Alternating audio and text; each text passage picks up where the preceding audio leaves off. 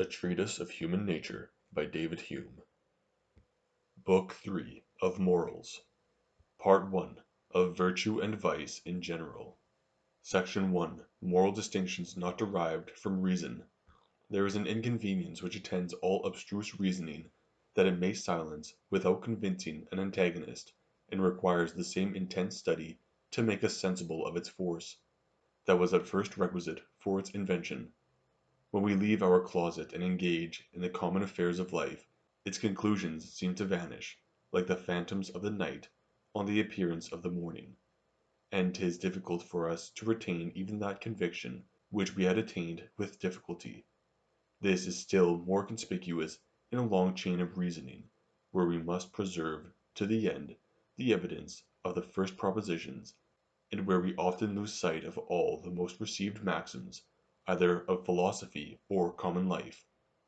I am not, however, without hopes that the present system of philosophy will acquire new force as it advances, and that our reasonings concerning morals will corroborate whatever has been said concerning the understanding and the passions. Morality is a subject that interests us above all others. We fancy the peace of society to be at stake in every decision concerning it, and 'tis evident that this concern must make our speculations appear more real and solid, than where the subject is, in a great measure, indifferent to us. What affects us, we conclude, can never be a chimera, and as our passion is engaged on the one side or the other, we naturally think that the question lies within human comprehension, which in other cases of this nature we are apt to entertain some doubt of. Without this advantage I never should have ventured upon a third volume of such abstruse philosophy in an age, wherein the greatest part of men seem agreed to convert reading into an amusement, and to reject everything that requires any considerable degree of attention to be comprehended. It has been observed that nothing is ever present to the mind but its perceptions, and that all the actions of seeing, hearing, judging, loving, hating, and thinking fall under this denomination. The mind can never exert itself in any action which we may not comprehend under the term of perception, and consequently that term is no less applicable to those judgments by which we distinguish moral good and evil, than to every other operation of the mind. To approve of one character, to condemn another, are only so many different perceptions. Now as perceptions resolve themselves into two kinds, impressions and ideas, this distinction gives rise to a question with which we shall open up our present inquiry concerning morals, whether 'tis by means of our ideas or impressions we distinguish betwixt vice and virtue, and pronounce an action blamable or praiseworthy. This will immediately cut off all those loose discourses and declamations, and reduce us to something precise and exact on the present subject. Those who affirm that virtue is nothing but a conformity to reason, that there are eternal fitnesses and unfitnesses of things which are the same to every rational being that considers them, that the immutable measures of right and wrong impose an obligation, not only on human creatures, but also on the Deity himself.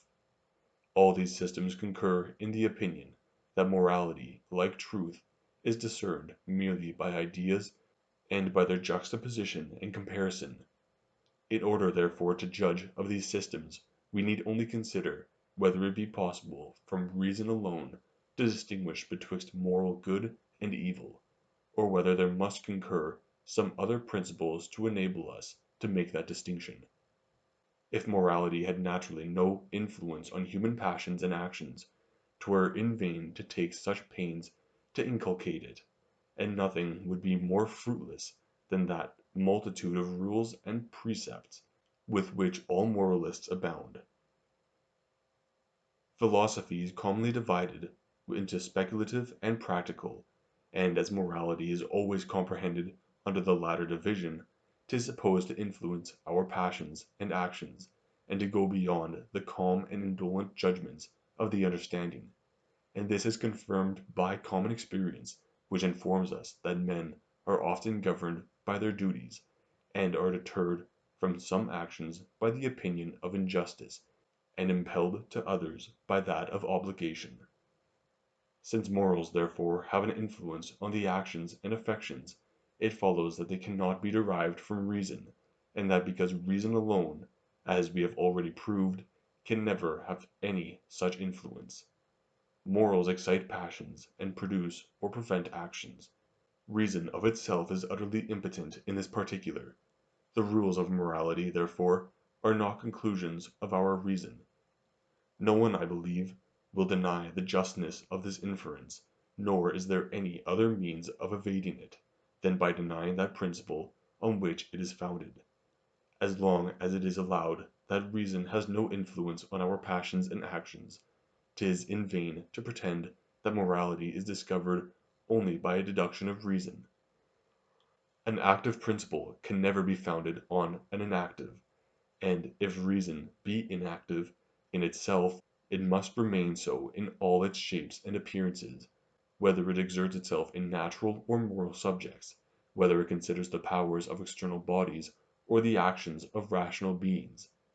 It would be tedious to repeat all the arguments by which I have proved that reason is perfectly inert, and can never either prevent or produce any action or affection. 'Twill be easy to recollect what has been said upon that subject. I shall only recall on this occasion one of these arguments, which I shall endeavor to render still more conclusive and more applicable to the present subject. Reason is the discovery of truth or falsehood. Truth or falsehood consists in an agreement or disagreement either to the real relations of ideas or to real existence and matter of fact. Whatever therefore is not susceptible of this agreement or disagreement is incapable of being true or false, and can never be an object of our reason. Now 'tis evident our passions, volitions, and actions are not susceptible of any such agreement or disagreement, being original facts and realities complete in themselves, and implying no reference to other passions, volitions, and actions. 'Tis impossible, therefore, they can be pronounced either true or false, and be either contrary or conformable to reason.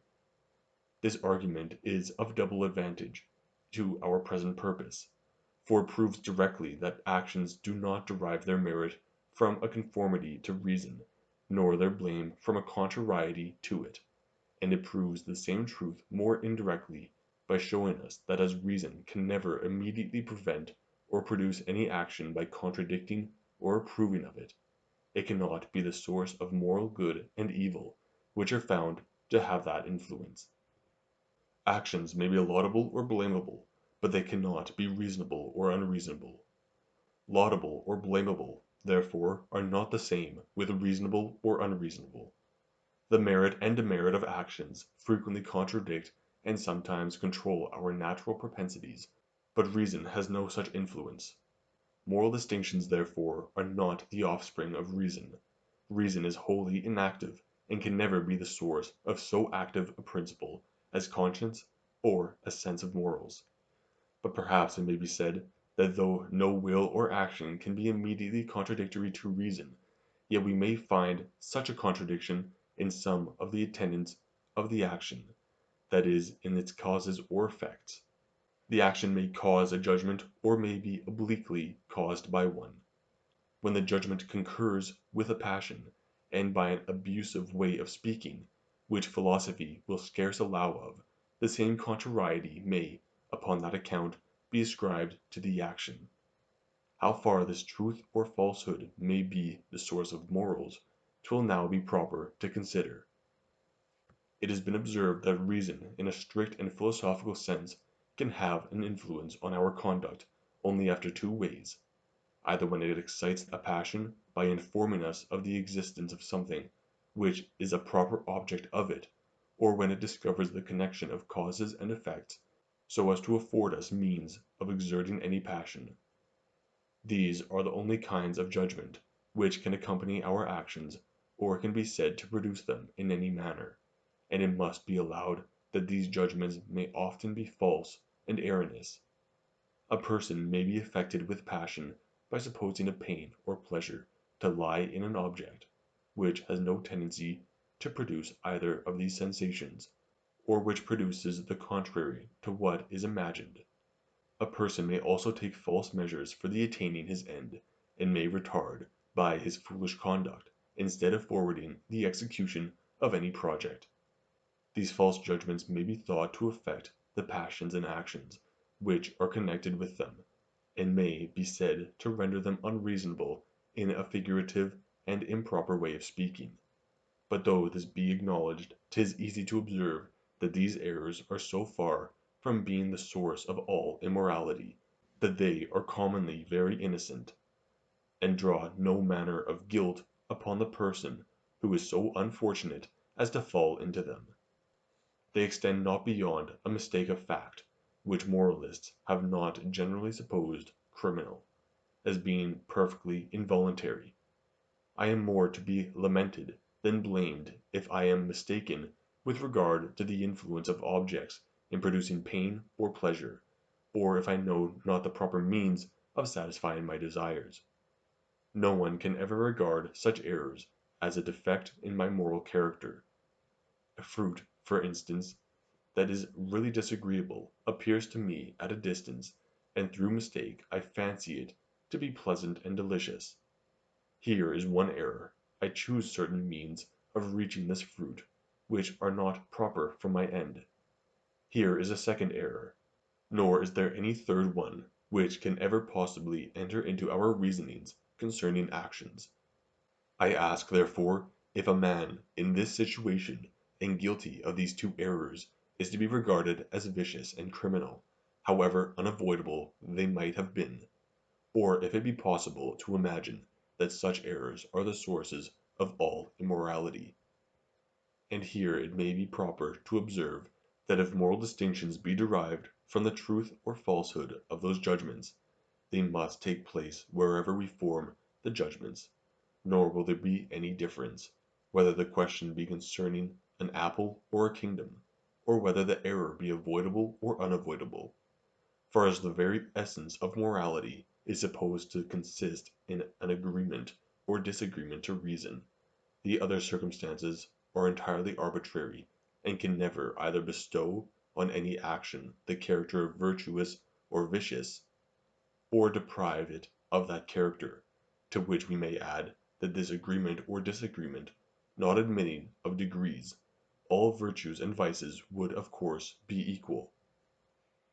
Should it be pretended that though a mistake of fact be not criminal, yet a mistake of right often is, and that this may be the source of immorality, I would answer that 'tis impossible such mistake can ever be the original source of immorality, since it supposes a real right and wrong, that is, a real distinction in morals independent of these judgments. A mistake therefore of right may become a species of immorality, but 'tis only a secondary one, and is founded on some other antecedent to it.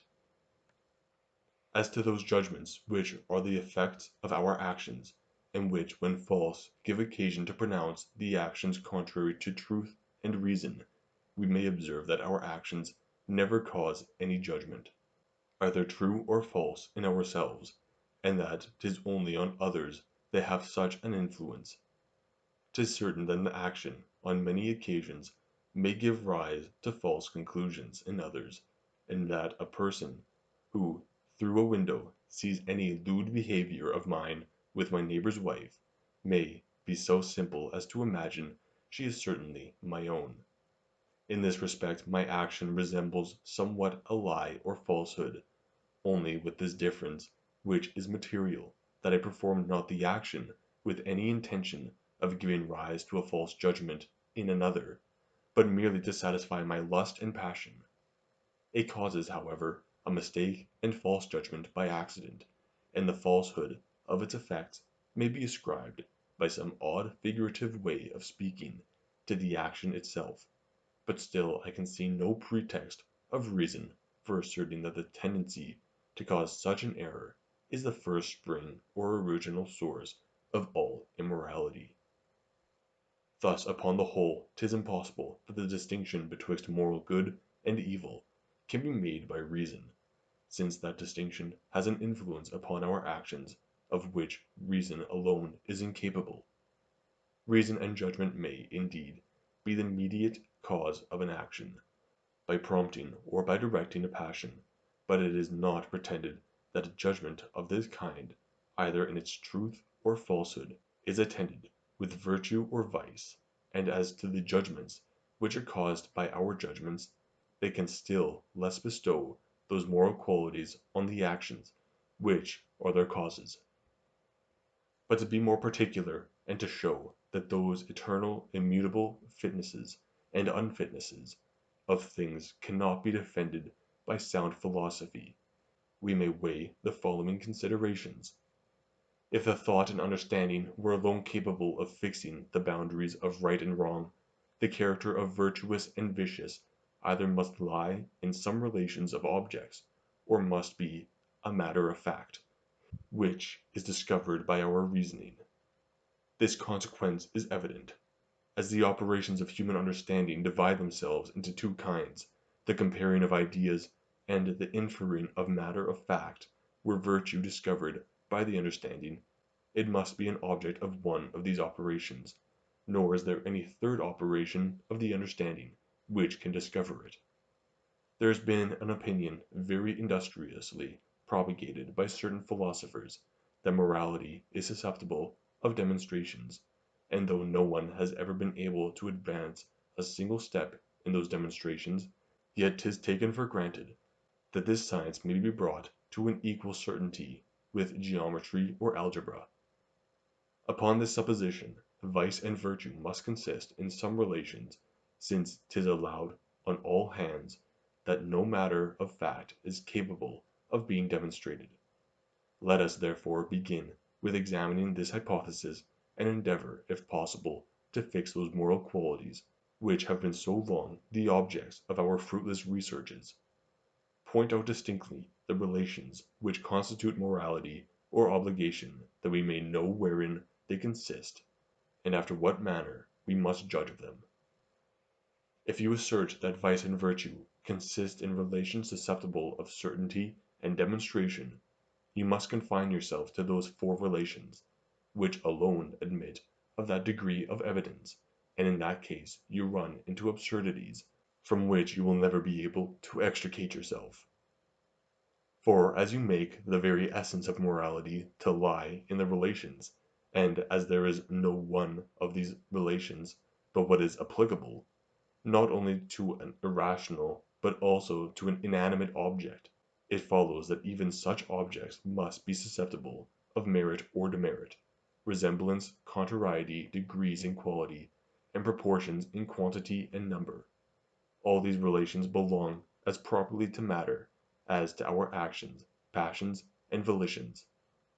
'Tis unquestionable, therefore, that morality lies not in any of these relations, nor the sense of it in their discovery.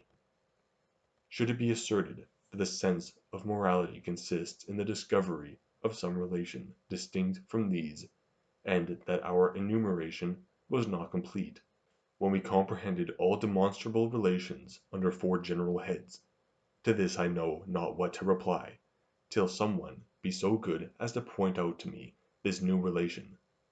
'Tis impossible to refute a system which has never yet been explained.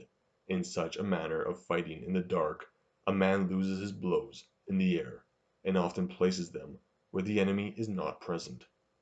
I must therefore, on this occasion, rest contented with requiring the two following conditions of any one that would undertake to clear up this system.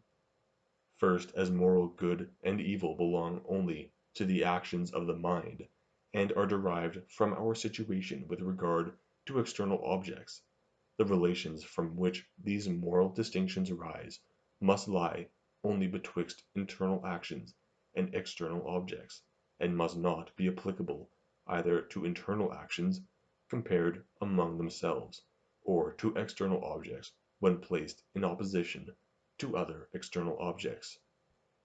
For as morality is supposed to attend certain relations, if these relations could belong to internal actions considered singly, it would follow that we might be guilty of crimes in ourselves and independent of our situation, with respect to the universe, and in like manner if these moral relations could be applied to external objects, it would follow that even inanimate beings would be susceptible of moral beauty and deformity. Now it seems difficult to imagine that any relation can be discovered betwixt our passions, volitions, and actions, compared to external objects, which relation might not belong either to these passions and volitions or to these external objects compared among themselves. But it will be still more difficult to fulfill the second condition, requisite to justify this system, according to the principles of those who maintain an abstract rational difference betwixt moral good and evil, and a natural fitness and unfitness of things. 'Tis not only supposed that these relations, being eternal and immutable, are the same, when considered by every rational creature, but their effects are also supposed to be necessarily the same, and 'tis concluded they have no less, or rather a greater influence in directing the will of the Deity, than in governing the rational and virtuous of our own species. These two particulars are evidently distinct. 'Tis one thing to know virtue, and another to conform the will to it. In order therefore to prove that measures of right and wrong are eternal laws, obligatory on every rational mind, 'tis not sufficient to show the relations upon which they are founded. We must also point out the connection betwixt the relation and the will, and must prove that this connection is so necessary that in every well-disposed mind it must take place and have its influence, though the difference betwixt these minds be in other respects immense and infinite. Now besides what I have already proved, that even in human nature no relation can ever alone produce any action.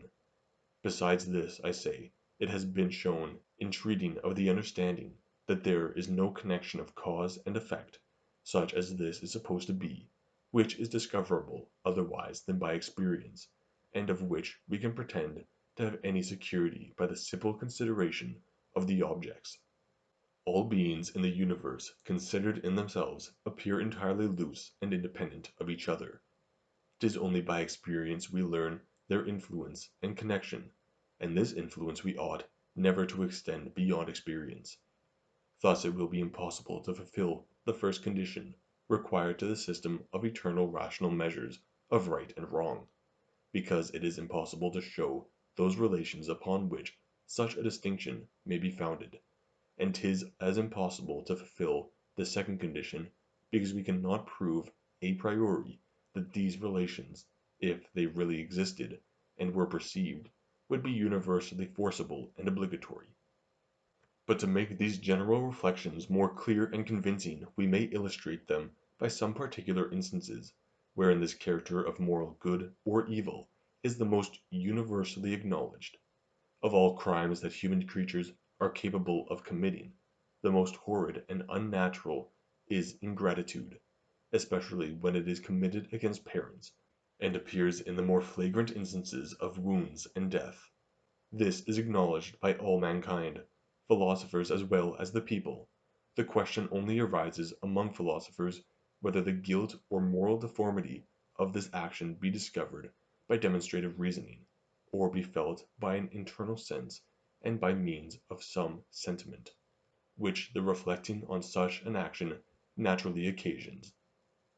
This question will soon be decided against the former opinion, if we can show the same relations in the other objects, without the notion of any guilt or iniquity attending them.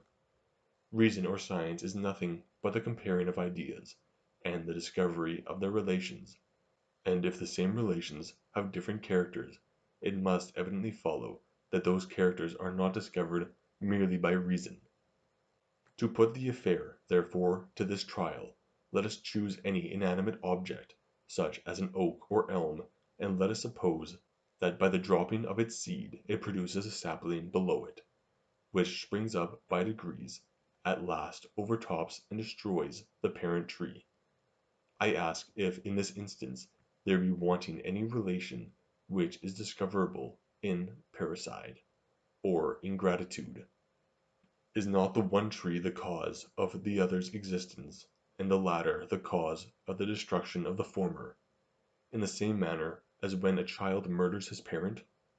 'Tis not sufficient to reply that a choice or will is wanting, for in the case of parricide, a will does not give rise to any different relations, but is only the cause from which the action is derived, and consequently produces the same relations, that in the oak or elm arise from some other principles. 'Tis a will or choice that determines a man to kill his parent, and they are the laws of matter and motion, that determine a sapling to destroy the oak from which it sprung. Here then the same relations have different causes, but still the relations are the same, and as their discovery is not in both cases attended with the notion of immorality, it follows that that notion does not arise from such a discovery. But to choose an instance still more resembling, I would fain ask any one why incest in the human species is criminal, and why the very same action and same relations in animals have not the smallest moral turpitude and deformity.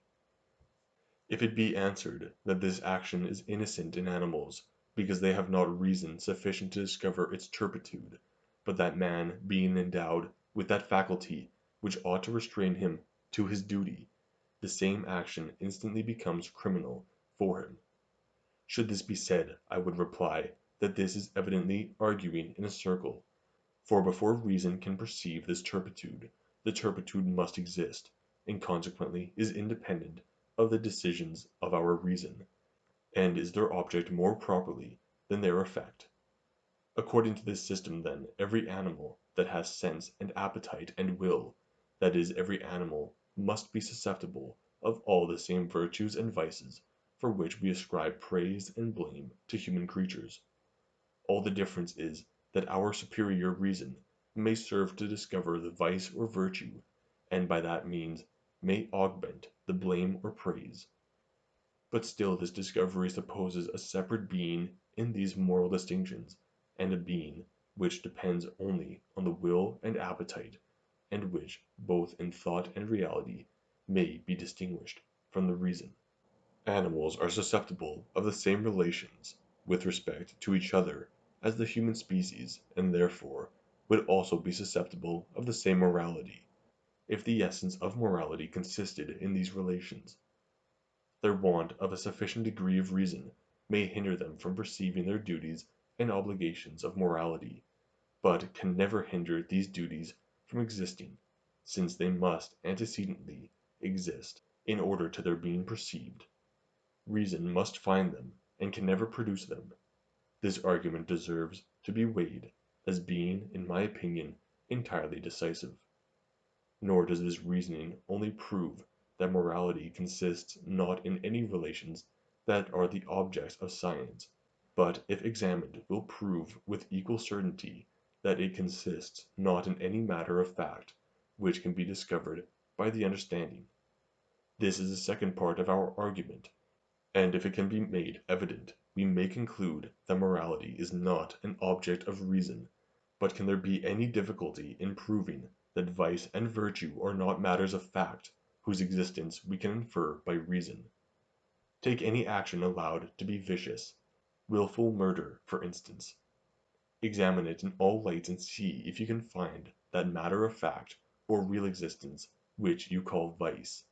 In whichever way you take it, you find only certain passions, motives, volitions, and thoughts. There is no other matter of fact in the case. The vice entirely escapes you as long as you consider the object. You never can find it till you turn your reflection into your own breast, and find a sentiment of disapprobation which arises in you towards this action. Here is a matter of fact, but 'tis the object of feeling, not of reason. It lies in yourself, not in the object. So that when you pronounce any action or character to be vicious, you mean nothing, but that from the constitution of your nature you have a feeling or sentiment of blame from the contemplation of it. Vice and virtue, therefore, may be compared to sounds, colors, heat, and cold, which, according to modern philosophy, are not qualities in objects, but perceptions in the mind. And this discovery in morals, like that other in physics, is to be regarded as a considerable advancement of the speculative sciences, though like that too, it has little or no influence on practice. Nothing can be more real, or concern us more, than our own sentiments of pleasure and uneasiness, and if these be favourable to virtue, and unfavourable to vice, no more can be requisite to the regulation of our conduct and behaviour. I cannot forbear adding to these reasonings an observation, which may perhaps be found of some importance. In every system of morality which I have hitherto met with, I have always remarked that the author proceeds for some time in the ordinary way of reasoning, and establishes the being of a God, or makes observations concerning human affairs, when of a sudden I am surprised to find that instead of the usual copulations of propositions, is and is not, I meet with no propositions that is not connected with an ought or an ought not. This change is imperceptible, but is, however, of the last consequence; for as this ought or ought not expresses some new relation or affirmation, 'tis necessary that it should be observed and explained, and at the same time that a reason should be given for what seems altogether inconceivable. How this new relation can be a deduction from others, which are entirely different from it. But as authors do not commonly use this precaution, I shall presume to recommend it to the readers, and am persuaded that this small attention would subvert all the vulgar systems of morality, and let us see that the distinction of vice and virtue is not founded merely on the relations of objects, nor is perceived by reason.